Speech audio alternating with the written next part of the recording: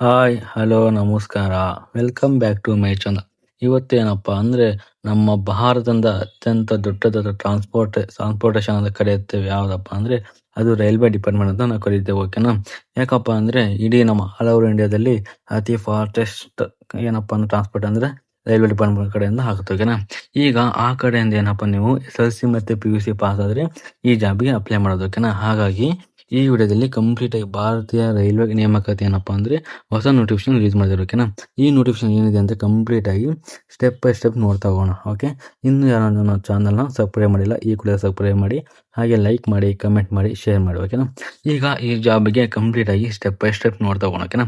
ಈಗ ಭಾರತೀಯ ರೈಲ್ವೆ ನೇಮಕಾತಿ 2026 ನೋಟಿಫಿಕೇಶನ್ ಬಿಟ್ಟಿದ್ದಾರಲ್ವಾ, ಈ ನೋಟಿಫಿಕೇಶನ್ ಅಲ್ಲಿ ಏನಿದೆ ಅಂತಂದು ನೋಡ್ತಾ ಹೋಗೋಣ. ಓಕೆ, ಈಗ ಈಗ ನೋಟಿಫಿಕೇಶನ್ ಯಾರು ರಿಲೀಸ್ ಮಾಡಿದಾರಪ್ಪ ಅಂದ್ರೆ ವೆಸ್ಟರ್ನ್ ರೈಲ್ವೆ ಕಡೆ ಏನಪ್ಪ ನಿಮಗೆ ನೋಟಿಫಿಕೇಶನ್ ರಿಲೀಸ್ ಮಾಡಿದ್ದಾರೆ. ಓಕೆನಾ?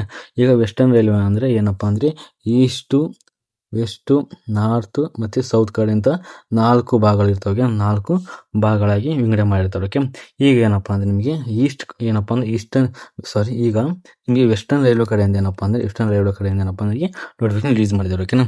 ಈ ನೋಟಿಫಿಕೇಶನ್ ಏನಪ್ಪಾ ಅಂದ್ರೆ ನಿಮಗೆ ಅಟೆಂಡರ್ ಆಗಿ ಏನಪ್ಪ ಕೆಲಸ ಮಾಡೋಕ್ಕೆ ನಿಮಗೆ ಈಗ ಹುದ್ದೆಗಳನ್ನು ಬಿಟ್ಟಿದ್ದಾರೆ. ಓಕೆ, ಟೋಟಲ್ ವೇಕೆನ್ಸಿ ಬಂದ್ಬಿಟ್ಟು ಎಷ್ಟಪ್ಪ ಅಂದರೆ ನಿಮಗೆ 5349 ಹುದ್ದೆಗಳು ಇಲ್ಲಿ ಖಾಲಿ ಇದ್ದಾವೆ ಅಂತ ಕೂಡ ಅವರು ತಿಳಿಸಿದ್ದಾರೆ. ಓಕೆ, ಜಾಬ್ ಲೊಕೇಶನ್ ಬಂದ್ಬಿಟ್ಟು ಎಲ್ಲಪ್ಪ ಮಾಡಬೇಕಪ್ಪ, ಜಾಬ್ ಲೊಕೇಶನ್ ಬಂದ್ಬಿಟ್ಟು ಏನಪ್ಪ ನಿಮಗೆ ಆಲ್ ಓವರ್ ಇಂಡಿಯಾದಲ್ಲಿ ನಿಮಗೆ ಜಾಬ್ ಲೊಕೇಶನ್ ಮಾಡಬೇಕಂತ ಇಲ್ಲಿ ತಿಳಿಸಿ ಕೊಟ್ಟಿದ್ದಾರೆ. ಓಕೆ, ನೀವು ಅಂದರೆ job location all over India ನಮ್ಗೆ ಸ್ಟೇಟ್ ಬಿಟ್ಟು ಅವಶ್ಯಕತೆ ಇರೋದಿಲ್ಲ.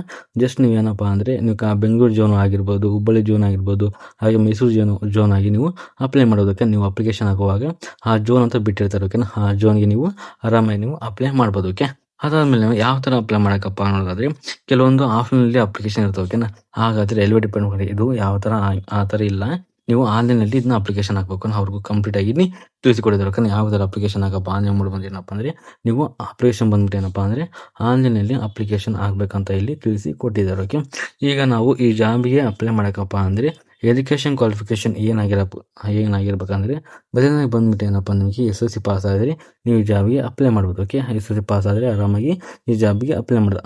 ಅದಾದ್ಮೇಲೆ ಏನಪ್ಪ ಅಂದರೆ ITI ಪಾಸ್ ಆದರೆ ಜಾಬ್ಗೆ ನೀವು ಅಪ್ಲೈ ಮಾಡೋದು. ಓಕೆನಾ? SLC ಮತ್ತು ITI ಪಾಸ್ ಆದರೆ ತುಂಬ ಜನ ಇರ್ತಾರೆ. ಓಕೆನಾ? ಕೆಲವರು ಕೆಲವರು PUC ಮಾಡಿರ್ತಾರೆ, ಅವರಿಗೆ ಅಪ್ಲೈ ಮಾಡೋಕೆ ಆಗೋದಿಲ್ಲ. ಈಗ ITI ಮಾಡಿದ್ರು, ನೀವು ITI ಮಾಡಿದ್ರು ಆರಾಮಾಗಿ ಜಾಬಿಗೆ ಅಪ್ಲೈ ಮಾಡೋದು. ಓಕೆನಾ? ಏನಪ್ಪ ಅಂದರೆ ಜಾಸ್ತಿ ನೀವು ರೈಲ್ವೆ ಡಿಪಾರ್ಟ್ಮೆಂಟ್ ಕಡೆಯಲ್ಲಿ ಏನಪ್ಪ ಅಂದರೆ ನಿಮಗೆ ಜಾಸ್ತಿ ITI ಮಾಡಿದ್ರೆ ನಿಮ್ಗೆ ಕಾನ್ಫರ್ಮ್ ಜಾಸ್ತಿ ಮಾಡಿದ್ರು. ಓಕೆ, ಕೆಲವೊಬ್ಬರು SLC ಮಾಡಿದ್ರೆ ಅಪ್ಲೈ ಮಾಡ್ಬೋದು, ITI ಮಾಡಿದ್ರೆ ಅಪ್ಲೈ ಮಾಡೋದು. ಓಕೆ, ನೀವು ಡಿಗ್ರಿ ಮಾಡಿದ್ರೆ ಈಗ ನೀವು SLC PUC ಏನಪ್ಪ ಅಂದರೆ ಡಿಗ್ರಿ ಮಾಡಿರ್ತೀರ, ಬಟ್ ಅವ್ರು ಏನು ಕೇಳ್ತಾರೆ, ಡಿಗ್ರಿ ಮಾಡಿರ್ಬಾರ್ದು, ಜಸ್ಟ್ SLC ಮಾಡಿರಬೇಕು, ಇಲ್ಲ ITI ಮಾಡಿದ್ರೆ ಕಾನ್ಫರ್ಮ್ ಮಾಡಿರ್ತಾರೆ. ಓಕೆ, ಈ ಜಾಬಲ್ಲಿ ಹಂಗಲ್ಲ. ಏನಪ್ಪ ನೀವು SLC ಮತ್ತು PUC ಮಾಡಿ SLC ಮತ್ತು ITI ಮಾಡಿದರೆ ಈ ಜಾಬಿಗೆ ನೀವು ಆರಾಮಾಗಿ ಅಪ್ಲೈ ಮಾಡ್ಬೋದು. ಓಕೆ, ಅದಾದ್ಮೇಲೆ ಏನಪ್ಪ ಈ ಜಾಬಿಗೆ ಏಜ್ ಲಿಮಿಟ್ ಎಷ್ಟು ಇರಬೇಕಪ್ಪ, ಏಜ್ ಲಿಮಿಟ್ ಎಷ್ಟು ಅಂತ ಕೊಟ್ಟಿದ್ದಾರೆ. ಇಲ್ಲಿ ಏನಪ್ಪ ಅಂದರೆ ನಿಮಗೆ ಮಿನಿಮಮ್ ಏಜ್ ಬಂದ್ಬಿಟ್ಟು 15 ವರ್ಷ ಆಗಿರ್ಬೇಕು. ಓಕೆನಾ? ನೀವೇನಪ್ಪ 15 ವರ್ಷ ಮೇಲ್ಪಟ್ಟ ಆದರೆ ಏನಪ್ಪ ನೀವು ಜಾಬಿಗೆ ಅಪ್ಲೈ ಮಾಡ್ಬೋದು. ಅದಾದ್ಮೇಲೆ ಏನಪ್ಪ ಅಂದರೆ ನಿಮಗೆ ಮಿನಿಮಮ್ ಏಜ್ ಬಂದ್ಬಿಟ್ಟು ಏನಪ್ಪ ಅಂದರೆ 24 ವರ್ಷ ಲಾಸ್ಟ್ ಆಗಿರ್ಬೇಕು. ನಿಮಗೆ ಏನಾದರೂ 25 ವರ್ಷ ಆದರೂ ಕೂಡ ಈ ಜಾಬಿಗೆ ಅಪ್ಲೈ ಮಾಡೋಕ್ಕಾಗೋದಿಲ್ಲ. ಓಕೆ, ಜಸ್ಟ್ ನಿಮಗೆ 15 ವರ್ಷದಿಂದ 24 ವರ್ಷ ಒಳಗೆ ಇದ್ದ ನೀವು ಈ ಜಾಬಿಗೆ ಅಪ್ಲೈ ಮಾಡ್ಬೋದು. ನೆಕ್ಸ್ಟ್ ಬಂದ್ಬಿಟ್ಟು ಏನಪ್ಪ ಅಂದರೆ ಯಾವ್ಯಾವ ಕ್ಯಾಟಗರಿಗೆ ಎಷ್ಟೆಷ್ಟು ಏಜ್ ರಿಲೆಕ್ಷನ್ ಕೊಟ್ಟಿದ್ದಾರೆ ನೋಡೋದಾದರೆ ಮೊದಲನೇದಾಗಿ ಬಂದ್ಬಿಟ್ಟು ಏನಪ್ಪ ಅಂದರೆ OBC ಬಂದ್ಬಿಟ್ಟು 3 ವರ್ಷಗಳ ಕಾಲ ಏಜ್ ರಿಲೆಕ್ಷನ್ ಕೊಟ್ಟಿದ್ದಾರೆ. ಅದಾದಮೇಲೆ SC ST ಬಂದ್ಬಿಟ್ಟು ಏನಪ್ಪ ಅಂದರೆ 5 ವರ್ಷಗಳ ಕಾಲ ನಿಮಗೆ ಏಜ್ ರಿಲೆಕ್ಷನ್ ನೀಡಿದ್ದಾರೆ. ಅದಾದಮೇಲೆ PWB ಕ್ಯಾಂಡಿಡೇಟ್ ಏನಪ್ಪ ನಿಮಗೆ 10 ವರ್ಷ ಏಜ್ ರಿಲೆಕ್ಷನ್ ಕೊಟ್ಟಿದ್ದಾರೆ. ಓಕೆನಾ? ಇಲ್ಲಿ ಕಂಪ್ಲೀಟಾಗಿ ನೀವು ನೋಡ್ಕೋಬೇಕು. ಓಕೆನಾ? ನಿಮಗೆ ಎಲ್ಲಿ ಏಜ್ ಬಂದು ನೀವಪ್ಪ ಕೊಟ್ಟಿದ್ದಾರೆ OBC, SC ST ಹಾಗೆ PWB ಕ್ಯಾಂಡಿಡೇಟ್ಗೆ ನಿಮಗೆ ಇಷ್ಟು ವರ್ಷಗಳ ಕಾಲ ಏಜ್ ರಿಲೆಕ್ಷನ್ ಕೊಟ್ಟಿದ್ದಾರೆ. ಓಕೆ, ಅದಾದಮೇಲೆ ಅಪ್ಲಿಕೇಶನ್ ಫೀಸ್ ಎಷ್ಟಿರುತ್ತಪ್ಪ ಈ ಜಾಬ್ ನೋಡೋದಾದರೆ ಅಪ್ಲಿಕೇಶನ್ ಫೀಸ್ ಬಂದ್ಬಿಟ್ಟು ಏನಪ್ಪ ನಿಮಗೆ SC ST PWB ಕ್ಯಾಂಟ್ ಅಂಡ್ ವುಮೆನ್ಗೆ ಏನಪ್ಪ ನಿಮಗೆ ಯಾವುದೇ ಥರ ಅಪ್ಲಿಕೇಶನ್ ಫೀಸ್ ಇರೋದಿಲ್ಲ. ಓಕೆನಾ? ನೀವು ಫ್ರೀಯಾಗಿ ಈ ಜಾಬಿಗೆ ಅಪ್ಲೈ ಮಾಡ್ಬೋದು. ಅದಾದಮೇಲೆ ಏನಪ್ಪ ಅಂದರೆ ಅದರ್ಸ್ ಕ್ಯಾಂಡಿಡೇಟ್ ಅಂದರೆ ಈಗ ಜನರಲ್ ಕ್ಯಾಂಡಿಡೇಟ್ ಆಗಿರ್ಬೋದು, OBC ಕ್ಯಾಂಡಿಡೇಟ್ ಆಗಿರ್ಬೋದು, 2A 3A 3B ಕ್ಯಾಂಡಿಡೇಟ್ ಏನಪ್ಪ ಅಂದರೆ ಅಪ್ಲಿಕೇಶನ್ ಬಂದ್ಬಿಟ್ಟು ಏನಪ್ಪ ಅಂದರೆ ನಿಮಗೆ ₹100 ಅಪ್ಲಿಕೇಶನ್ ಫೀಸ್ ಇರುತ್ತೆ. ಓಕೆನಾ? ಇಷ್ಟು ಇದು ಕ್ಯಾಟಗರಿ ವೈಸ್ ನಿಮಗೆ ಅಪ್ಲಿಕೇಶನ್ ಇಲ್ಲಿ ಕೊಟ್ಟಿದ್ದಾರೆ. ಓಕೆನಾ? SC ST women PWB candidate ವುಮೆನ್ಗೆ ಯಾವ ಥರ ಅಪ್ಲಿಕೇಶನ್ ಫೀಸ್ ಇರೋದಿಲ್ಲ. ಅದಾದಮೇಲೆ ಏನಪ್ಪ ಅಂದರೆ ಅದರ ಜನರಲ್ ಕ್ಯಾಟಗರಿ ಏನಪ್ಪ ನಿಮಗೆ ₹100 ಅಪ್ಲಿಕೇಶನ್ ಫೀಸ್ ಇರುತ್ತೆ. ಓಕೆನಾ? ಇದು ಕಂಪ್ಲೀಟ್ ಆಗಿ ನಿಮಗೆ ಗೊತ್ತಿರಬೇಕು. ಓಕೆ, ಅದಾದಮೇಲೆ ಈ ಜಾಬಿಗೆ ಯಾವ ಥರ ಅಪ್ಲೈ ಮಾಡಬೇಕು ಸರ್ ಅಂತ ನೋಡೋದಾದರೆ ನಿಮಗೆ ಯಾವ ಥರ ಸೆಲೆಕ್ಷನ್ ಮಾಡ್ತಾರಪ್ಪ ಅಂದರೆ, ಫಸ್ಟ್ನೇದಾಗಿ ನೀವು ಅಪ್ಲಿಕೇಶನ್ ಹಾಕಿರ್ತೀರಲ್ವ, ನಿಮ್ಗೆ SLC ಮೇಲೆ ಹಾಕ್ತೀರಾ, ನೀವು PUC ITI ಮೇಲೆ ಹಾಕ್ತೀರಾ, ಅದ್ರ ಮೇಲೆ ಡಿಪೆಂಡ್ ಮಾಡಿ ನಿಮಗೆ ಕಟ್ ಆಫ್ ಮೇಲೆ ಮೇಟ್ ಲಿಸ್ಟ್ ಬರ್ತಾರೆ. ಓಕೆನಾ, ಅಂದರೆ ನೀವು ITI ಎಷ್ಟು ಹಾಕೋರೆ, SLC ಮೇಲೆ ಎಷ್ಟು ಜನ ಹಾಕೋರೆ, ಅದ್ರ ಮೇಲೆ ನಿಮಗೆ ಪರ್ಸೆಂಟೇಜ್ ವೈಸ್ ನಿಮಗೆ ಏನು ಮಾಡ್ತಾರಪ್ಪ ಅಂದರೆ ನಿಮಗೆ ಮೇಟ್ ಲಿಸ್ಟ್ ಬರ್ತಾರೆ. ಓಕೆ, ಆ ಮೇಟ್ ಲಿಸ್ಟ್ ಒಳಗೆ ನಿಮ್ಮ ಹೆಸರಿದ್ರೆ ಏನು ಮಾಡ್ತಾರಪ್ಪ ಅಂದರೆ ನೆಕ್ಸ್ಟ್ ನಿಮಗೆ ಡಾಕ್ಯುಮೆಂಟ್ ವೆರಿಫಿಕೇಷನ್ಗೆ ಕರೀತಾರೆ. ಓಕೆನಾ, ನಿಮಗೆ ಮೇಲ್ ಬರುತ್ತೆ, ಇಲ್ಲಾಂದರೆ ಫೋನ್ ನಂಬರ್ ಬರುತ್ತೆ, ಫೋನಿಗೆ ಮೆಸೇಜ್ ಬರುತ್ತೆ. ಓಕೆನಾ, ನಿಮಗೆ ಡಾಕ್ಯುಮೆಂಟ್ ವೆರಿಫಿಕೇಷನ್ ಕರೀತಾರೆ. ಅದಾದಮೇಲೆ ಏನಪ್ಪ ಅಂದರೆ ಲಾಸ್ಟ್ ಬಂದ್ಬಿಟ್ಟು ಮೆಡಿಕಲ್ ಎಕ್ಸಾಮಿನೇಷನ್ ಕಂಡಕ್ಟ್ ಮಾಡ್ತಾರೆ. ಓಕೆ, ನಿಮಗೆ ಮೆಡಿಕಲ್ ಎಕ್ಸಾಮ್ ಇದೆ ಅಂತಂದು ಕನ್ಫರ್ಮ್ ಮಾಡ್ತಾರೆ. ಓಕೆ, ನೆಕ್ಸ್ಟ್ ಬಂದ್ಬಿಟ್ಟು ಈಗ ಇಂಪಾರ್ಟೆಂಟ್ ಡೇಟ್ಸ್ ಏನಪ್ಪ, ಅಪ್ಲಿಕೇಶನ್ ಯಾವಾಗ ಸ್ಟಾರ್ಟ್ ಆಗುತ್ತೆ ಅಂತ ನೋಡೋದಾದ್ರೆ, ಅಪ್ಲಿಕೇಶನ್ ಫೆಬ್ರವರಿ 21ನೇ ತಾರೀಕು ಆಲ್ರೆಡಿ ಅಪ್ಲಿಕೇಶನ್ ಸ್ಟಾರ್ಟ್ ಆಗಿದೆ. ಓಕೆ, ಅದಾದ್ಮೇಲೆ ಏನಪ್ಪ ಲಾಸ್ಟ್ ಡೇಟ್ ಬಂದ್ಬಿಟ್ಟು ಏನಪ್ಪ ಅಂದರೆ 23/3/2023, ಅಂದರೆ ನಿಮಗೆ ಮಾರ್ಚ್ 23ನೇ ತಾರೀಕುವರೆಗೂ ಅಪ್ಲಿಕೇಶನ್ ಡೆಡ್ಲೈನ್ ಇರುತ್ತೆ. ಓಕೆನಾ, ಅಲ್ಲಿವರೆಗೆ ನೀವು ಆರಾಮಾಗಿ ಈ ಅಪ್ಲಿಕೇಶನ್ ಆರಾಮಾಗಿ ನೀವು ಅಪ್ಲೈ ಮಾಡೋದಕ್ಕೆ. ನಿಮಗೇನು ಅಪ್ಲೈ ಮಾಡೋಕ್ಕೆ ಬರಲ್ಲಪ್ಪ ಅಂದರೆ ನನ್ನ ಕೆಳಗೆ ನಂದು ವಾಟ್ಸಪ್ ಚಾನಲ್ ಕೊಟ್ಟಿದ್ದೀನಿ, ಅದನ್ನು ಹೋಗಿ ನೀವು ಮೆಸೇಜ್ ಮಾಡಿ, ನಿಮಗೆ ಪರ್ಸನಲಾಗಿ ಮೆಸೇಜ್ ಮಾಡ್ತೀನಿ. ಓಕೆ, ನಾನು ನಿಮಗೆ ಅಪ್ಲಿಕೇಶನ್ ಯಾವ ಥರ ಹಾಕೋದಂತಂದು ಹೇಳಿ ಕೊಡ್ತೀನಿ. ಓಕೆನಾ, ಅದಾದ್ಮೇಲೆ ಏನಪ್ಪ ಯಾವ ಥರ ಅಪ್ಲೈ ಮಾಡೋಕ್ಕಪ್ಪ ನಿಮಗೇನು ಗೊತ್ತಿದ್ದಿಲ್ಲ ಅಂದರೆ ನಾನು ಹೇಳ್ತೀನಿ. ಯಾವ ಥರ ಅಪ್ಲೈ ಮಾಡೋಕ್ಕಪ್ಪ ಮೊದಲನೇದು ಬಂದ್ಬಿಟ್ಟು ಏನಪ್ಪ ಅಂದರೆ, ಈಗ ಡಿಸ್ಕ್ರಿಪ್ಷನ್ ಬಾಕ್ಸಲ್ಲಿ ನಿಮಗೆ official notification apply link, website link ಕೊಟ್ಟಿರ್ತೀನಿ, ಅದ್ರ ಮೇಲೆ ಕ್ಲಿಕ್ ಮಾಡಿ. ಓಕೆನಾ, ಕ್ಲಿಕ್ ಮಾಡಾದ್ಮೇಲೆ ಏನಪ್ಪ ಅಂದರೆ ಅದಾದ್ಮೇಲೆ ಅಲ್ಲಿ ರಿಕ್ರೂಟ್ಮೆಂಟ್ ಅಂತ ಒಂದು ಆಪ್ಷನ್ ಕಾಣುತ್ತೆ, ಅದ್ರ ಮೇಲೆ ಕ್ಲಿಕ್ ಮಾಡಿ ಆದ್ಮೇಲೆ ಏನಪ್ಪ ಅಂದರೆ ನೀವೇನೋ ಫಸ್ಟ್ ರಿಜಿಸ್ಟರ್ ಆಗಿಲ್ಲ ಅಂದರೆ ಫಸ್ಟ್ ರಿಜಿಸ್ಟರ್ ಆಗಬೇಕು.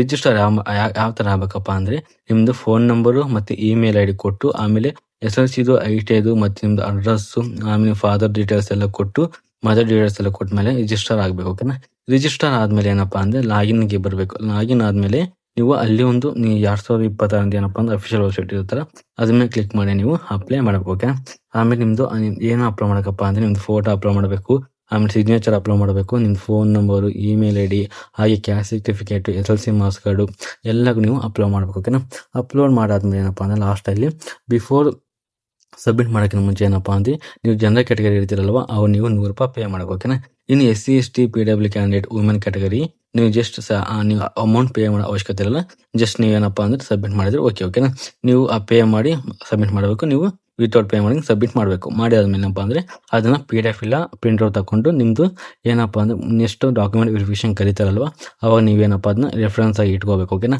ನಿಮಗೆ ಅಲ್ಲಿ ಡಾಕ್ಯುಮೆಂಟ್ ವೆರಿಫಿಕೇಷನ್ ಕರೆದಾಗ ನಿಮಗೆ ಅಪ್ಲಿಕೇಶನ್ ಫಾರ್ಮ್ ಸಬ್ಮಿಟ್ ಮಾಡಿದಿಲ್ವ ಅದನ್ನು ಕೇಳ್ತಾರೆ ಕೊಡಿ ಅಂತ. ಓಕೆನಾ, ನೀವು ಅವರಿಗೆ ಕೊಡಬೇಕು. ಓಕೆನಾ, ಇದು ಯಾವ ಥರ ಅಪ್ಲಿಕೇಶನ್ ಹಾಕೋದಂತ ನೋಡಿದಾಯ್ತು. ಓಕೆನಾ, ನಿಮಗೇನು ಗೊತ್ತಿಲ್ಲ ಅಂದರೆ ಮೆಸೇಜ್ ಮಾಡಿ, ನಾನು ಯಾವ ಥರ ಅಪ್ಲೈ ಮಾಡ್ಕೊಂಡು ನಿಮಗೆ ಕಂಪ್ಲೀಟಾಗಿ ಹೇಳ್ಕೊಡ್ತೀನಿ. ಓಕೆನಾ, ಅದಾದಮೇಲೆ ನೆಕ್ಸ್ಟ್ ನಿಮಗೆ ಅಪ್ಲೈ ಮಾಡೋಕ್ಕೆ ಲಿಂಕ್ ಬೇಕಲ್ವಾ, ಈಗ ಇಂಪಾರ್ಟೆಂಟ್ ಲಿಂಕ್ಸ್ ಎಲ್ಲ ನಾನು ಡಿಸ್ಕ್ರಿಪ್ಷನ್ ಬಾಕ್ಸಲ್ಲಿ ಕೊಡ್ತೀನಿ. ಓಕೆನಾ, ಏನಪ್ಪ ಅಂದರೆ ಮೊದಲನೇದಾಗಿ ಅಫಿಷಿಯಲ್ ವೆಬ್ಸೈಟ್ ಲಿಂಕ್ ಕೊಟ್ಟಿರ್ತೀನಿ, ಅದನ್ನು ಕ್ಲಿಕ್ ಮಾಡಿ ನೀವು ಅಫಿಷಿಯಲ್ ಆಗಿ ನೋಡ್ಕೋಬೋದು. ಅದಾದಮೇಲೆ ಏನಪ್ಪ ಅಂದರೆ ಡೈರೆಕ್ಟ್ ಅಪ್ಲೈ ಲಿಂಕ್ ಕೊಟ್ಟಿರ್ತೀನಿ, ಅದನ್ನು ರಿಜಿಸ್ಟರ್ ಆಗಿ ನೀವು ಅಪ್ಲೈ ಮಾಡಬೇಕು. ಓಕೆನಾ, ಅದಾದಮೇಲೆ ಅಫಿಷಿಯಲ್ ನೋಟಿಫಿಕೇಶನ್, ಅದು ಈ ನೋಟಿಫಿಕೇಶನ್ ಏನಿದೆ ಅಂತಂದು ಅದನ್ನು ಕೂಡ PDF ಕೊಟ್ಟಿರ್ತೀನಿ, ಅದನ್ನು ಕೂಡ ಒನ್ ಟೈಮ್ ನೀವು ಓದ್ಕೋಬೋದು. ಓಕೆನಾ, ಅದಾದಮೇಲೆ ಏನಪ್ಪ ಅಂದರೆ ಇದಿಷ್ಟು ಈ ಜಾಬಿಗೆ ಆಯಿತು. ಅದಾದಮೇಲೆ ಏನಪ್ಪ ಅಂದರೆ ಅದಾದಮೇಲೆ ನನ್ನ ಚಾನಲ್ ಡಿಸ್ಕ್ರಿಪ್ಷನ್ ಕೊಟ್ಟಿರ್ತೀನಿ. ಏನಪ್ಪ ಅಂದರೆ ವಾಟ್ಸಪ್ ಚಾನಲ್ ಆಗಿರ್ಬೋದು, ಟೆಲಿಗ್ರಾಮ್ ಚಾನಲ್ ಮತ್ತು ಯೂಟ್ಯೂಬ್ ಚಾನಲ್ ಏನಪ್ಪ ಯೂಟ್ಯೂಬ್ ಚಾನಲ್ಗೆ ಪ್ಲೀಸ್ ಸಬ್ಸ್ಕ್ರೈಬ್ ಮಾಡಿ. ಓಕೆನಾ, ಅದಾದಮೇಲೆ ಏನಪ್ಪ ಅಂದರೆ ವಾಟ್ಸಪ್ ಚಾನಲ್ ಮತ್ತು ಟೆಲಿಗ್ರಾಮ್ ಚಾನಲ್ ಡಿಸ್ಕ್ರಿಪ್ಷನ್ ಬಾಕ್ಸಲ್ಲಿ ಕೊಟ್ಟಿರ್ತೀನಿ. ಓಕೆನಾ, ಅದರಲ್ಲಿ ಜಾಯ್ನ್ ಆದರೆ ಏನಪ್ಪ ಅಂದರೆ ಕೆಲವೊಂದು ವೀಡಿಯೋ ಮಾಡೋಕ್ಕಾಗಲ್ಲ ಅಂದರೆ ಡೈರೆಕ್ಟ್ ನಾನು ಕೆಲವೊಂದು ಶಾರ್ಟ್ ಏನಾರಪ್ಪ ಯಾವ್ದಾರು ವೇಕೆನ್ಸಿ ಬಂದಂದ್ರೆ ಅದರಲ್ಲಿ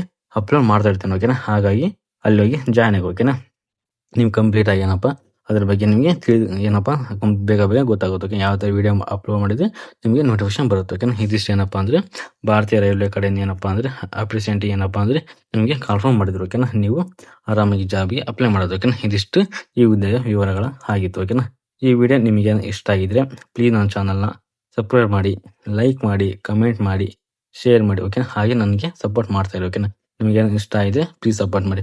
ಸ್ವಲ್ಪ ನಾನು ಮಾತಾಡುವಾಗ ನಿಮಗೆ ಅರ್ಥ ಆಗಿರ್ಬೋದು, ಇನ್ನು ಸ್ಲೋ ಆಗಿ ಮಾತಾಡ್ತೀನಿ ಗೈಸ್, ನನ್ನ ಟಂಗ್ ಟ್ವಿಸ್ಟ್ ಇದೆ, ಸ್ವಲ್ಪ ಮಾತಾಡೋಕ್ಕಾಗಲ್ಲ, ಪ್ಲೀಸ್ ಅಡ್ಜಸ್ಟ್ ಮಾಡ್ಕೊಳ್ಳಿ. ಓಕೆನಾ, ಇದಿಷ್ಟು ಈ ಜಾಬಾಗಿ ಕಂಪ್ಲೀಟ್ ಆಗಿ ಹೇಳಿದಾಯ್ತು. ವಿಡಿಯೋ ನಿಮಗೇನು ಇಷ್ಟ ಆಗಿದ್ರೆ ಪ್ಲೀಸ್ ನನ್ನ ಚಾನಲ್ನ ಸಬ್ಸ್ಕ್ರೈಬ್ ಮಾಡಿ, ಲೈಕ್ ಮಾಡಿ, ಕಮೆಂಟ್ ಮಾಡಿ. ಓಕೆನಾ, ವಿಡಿಯೋ ನೋಡೋದಕ್ಕಾಗಿ ಧನ್ಯವಾದಗಳು. Thank you so much.